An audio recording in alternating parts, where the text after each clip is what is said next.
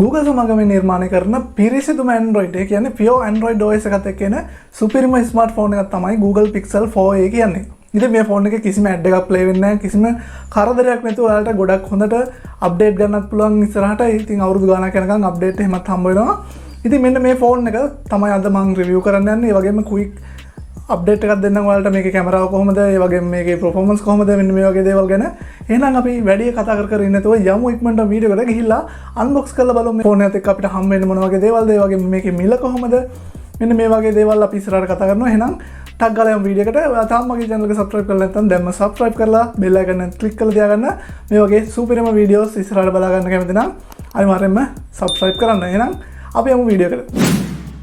අලුත්ම Google Pixel 4a phone එක මේ විදිහට සුදු පාට බොක්ස් එක තමයි බලා ගන්න පුළුවන් ඉන්නේ. පහලින් සඳහන් කරලා දෙනවා Team Pixel කියලා hashtag එකක්. ඊට පස්සේ Google කියලා සඳහන් කරලා දෙනවා. ඊට පස්සේ ඉදිරිපසට වෙන්න Google Pixel 4a සහ Google launch බලා ගන්න පුළුවන්. පහළට වෙන්න අපිට Google sticker එකක features සඳහන් කරලා තියෙනවා. ෆෝන් එක unbox කරද්දී මේ විදිහට මුලින්ම ෆෝන් එක බලා ගන්න පුළුවන්. ඊට අමතරව අපිට box එක ඇතුලේ තව අපිට මේ ෆෝන් එකත් එක්ක හම් වෙන උපකරණ බලා ගන්න පුළුවන්. මේ ෆෝන් එක මම මිලදීගෙන තියෙන්නේ Life Mobile කියන shop එකෙන්. මේක රුපියල් 98500ක් වගේ මුදලක් වෙනවා. ඉතින් මේ මුදල වගේමද මේකේ වැඩ කියලා අපි බලමු ඉස්සරහට. කොහොමද මේකේ කැමරා එහෙම කියලා අපි ඉස්සරහට කතා කරනවා. ෆෝන් එකේ චාර්ජරය විදිහට අපිට හම්බ වෙන්නේ මෙන්න මේ විදිහ ටිකක් වෙනස් චාර්ජරයක්. වෙනත් ෆෝන් වල අපිට මේ විදිහට Type C port එකත් එක්ක මේ වගේ චාර්ජර් බලා ගන්න වෙන්නේ නැහැ. ඉතින් Google Pixel 4a ෆෝන් එකත් එක්ක මේ විදිහේ USB Type C output එකක් තියෙන charger එකක් තමයි අපිට බලා ගන්න පුළුවන් ඉන්නේ. ඊට අමතරව මේ වගේ USB Type C දෙපැත්තෙම තියෙන කේබල් එකකුත් මේ charger එකත් එක්ක හම්බ වෙනවා. ඉතින් ඔයාලට මේ කේබල් එක මාරු කරලා ගහුවත් කිසිම ප්‍රශ්නයක් නැහැ. දෙපැත්තෙම තියෙන්නේ USB Type C. ඉතින් ඔයා data transfer කරනවා නම් ලැප් එකක් එක්ක ඔයාගේ ලැප් එකෙත් මේ විදිහට USB Type C port එකක් තියෙන්න ඕන. නැත්නම් ඉතින් ඔයාලට වෙනත් කේබල් එකක් හොයාගන්න වෙනවා.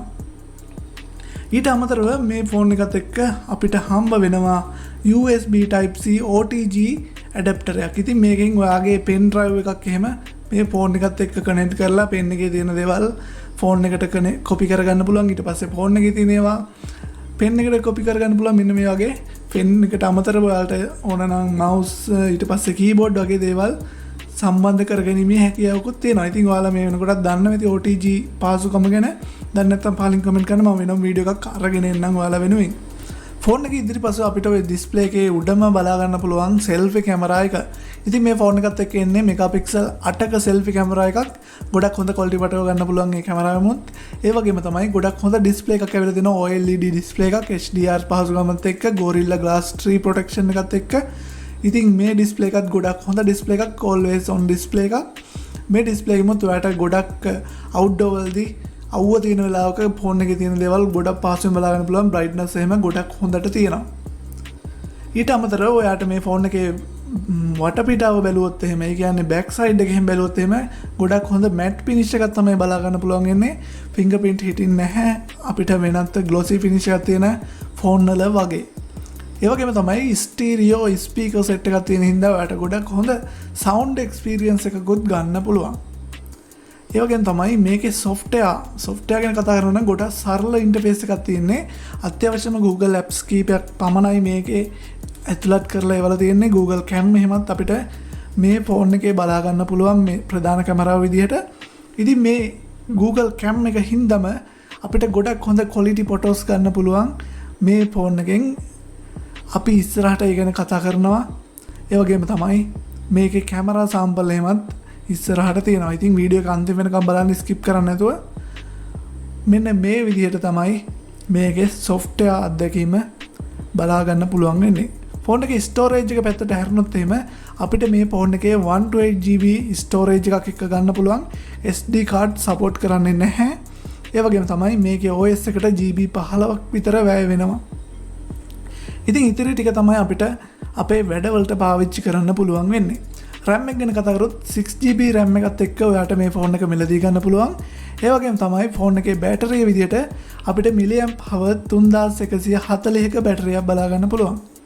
ඉතින් ෆෝන් එකේ ප්‍රමාණයත් එක්ක මේකේ කාර්යක්ෂමතාවයත් එක්ක මේ බැටරිය ගොඩක් හොඳට perform කරනවා. ඒ වගේම ඔයාගේ ෆෝන් එක දවසක් දෙකක් පාවිච්චි කරන්න හොඳටම ඇති මේ බැටරිය. ඉතින් මෙන්න මේ විදිහට ගොඩක් පහසුවෙන් අපේ ෆෝන් එක අතේ රඳව ගන්න පුළුවන් ලිස්සලා යන්නේ. කැමරා සෙටප් එක ගැන කතා කරනවා නම් අපිට මේන් කැමරා එක විදිහට මෙගාපික්සල් 12.2ක කැමරාවක් තමයි බලා ගන්න පුළුවන් වෙන්නේ. සිංගල් කැමරා එකක් තියෙන්නේ. ඒ වගේම ෆ්ලෑෂර් එකකුත් තියෙනවා. අපිට මේ සිංගල් කැමරා එකෙන් කොහොමද මෙච්චර හොඳට බොකේ ඉෆෙක්ට් එකත් එක්ක ෆොටෝස් ඒ වගේම වීඩියෝස් ගන්න කියලා කතා කරනවා නම් ඔයාලා මේ වෙනකොටත් දන්නවා ඇති Gcam එහෙම නැත්නම් Google කැමරා එක. ඉතින් මේ ඇප් එක තමයි මේකේ මේන් කැමරා ඇප් එක විදිහට එන්නේ. AI තාක්ෂණයේ තියෙන හින්දා ගොඩක් හොඳට ඔයාගේ සබ්ජෙක්ට් එක මොකක්ද කියලා අඳුරගෙන බෑග්ග්‍රවුන්ඩ් එක බ්ලර් කරලා ගොඩක් හොඳට වීඩියෝස් ගන්න පුළුවන්. ඒ වගේම ඔටෝ ෆෝකසින් නියමයි.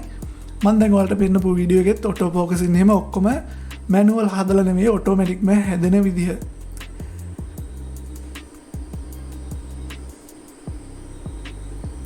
ඉතින් අපිට මේ ෆෝන් එක iPhone 6 එකක් වගේ ප්‍රමාණයෙන් බලා ගන්න පුළුවන් වෙන්නේ. ඒ වගේම ඒ වගේම හොඳට perform කරනවා කියලා කියන්නම ඕන. කැමරා සෙටප් එක මේ දවස්වල අපිට හැම ෆෝන් එකකම වගේ මේක බලා ගන්න පුළුවන් 4S කොටු හැඩයට. ඒ වගේම selfie කැමරාව අපිට මේ දවස්වල මේ විදිහෙන් බලා ගන්න පුළුවන්. punch hole display එකත් එක්ක Xiaomi වගේ ෆෝන් වලත් අපිට මේ කැමරා සෙටප් එක මේ විදිහටම බලා ගන්න පුළුවන්. ඉතින් ඩිස්ප්ලේ එකේ බ්‍රයිට්නස් අතින් බැලුවම ගොඩක් හොඳට perform කරනවා කියලා මම ඉස්සෙල්ලත් කරා. ඉතින් මම ආයෙත් කියනවා ගොඩක් හොඳට මේකේ ටෙක්ස්ට් එහෙම කියවන්න පුළුවන්. ඉතින් අවුව තියෙන වෙලාවක උනත් බොහොම ලේසියෙන්ම ටෙක්ස්ට් එහෙම කියවන්න පුළුවන්. මේ ෆෝන් එකේ චිප්සෙට් එක විදිහට අපිට බලා ගන්න පුළුවන් ඉන්නේ Snapdragon 730G කියන 8 nanometer චිප්සෙට් එක. ඊට පස්සේ GPU එක විදිහට Adreno 618 කියන GPU එක බලා ගන්න පුළුවන්. ඒ වගේම තමයි අපිට මේ ෆෝන් එක 4K දක්වා වීඩියෝ රෙකෝඩ් කරන්න පුළුවන්. ඒ වගේම ඉලෙක්ට්‍රොනික ඉමේජ් ස්ටැබිලයිසේෂන් පහසුකම තියෙන හින්දා ඔයාලට YouTube වීඩියෝ වලටත් මේක පාවිච්චි කරන්න පුළුවන්. vlog වගේ ඒවට ගොඩක් හොඳින් ගැලපෙනවා. ඉතින් මේ ෆෝන් එක රිවිව් කරන්න මට දුන්නේ මගේ මිත්‍රයා ලාලිත. ඉතින් ලාලිතට ගොඩක් ස්තුතිවන්ත වෙන ගමන් මම වීඩියෝ එක මේ විදිහට නවත්තනවා. ඔයාලට මොනවා හරි ප්‍රශ්න තියෙනවා නම් අනිවාර්යෙන් පහලින් කමෙන්ට් කරන්න. ඒ වගේම ඔයා Pixel 4a ෆෝන් එක පාවිච්චි කරනවා නම් ඔයාගේ user experience එක පහලින් කමෙන්ට් කරන්න. ඒ වගේම තමයි ESL gadget man subscribe කරලා නැත්නම් අනිවාර්යෙන්ම පහලින් තියෙන රතු පාට subscribe කියන බටන් ක්ලික් කරලා subscribe කරන්න පුළුවන්. ඊට අමතරව ඔයාලට මේ ෆෝන් එක ගැන මොනවා හරි දැනගන්න තියෙනවා නම් මේ ෆෝන් එකේ හැම දෙයක් ගැනම මම පහල description එකේ විස්තර දාලා තියන්නම්. ඒවත් බලලා ඔයාලට මේ ෆෝන් එක ගැන හොඳටම දැනගන්න පුළුවන්. එහෙනම් අලුත් වීඩියෝ එකකින් ඉක්මනටම හම්බ වෙමු.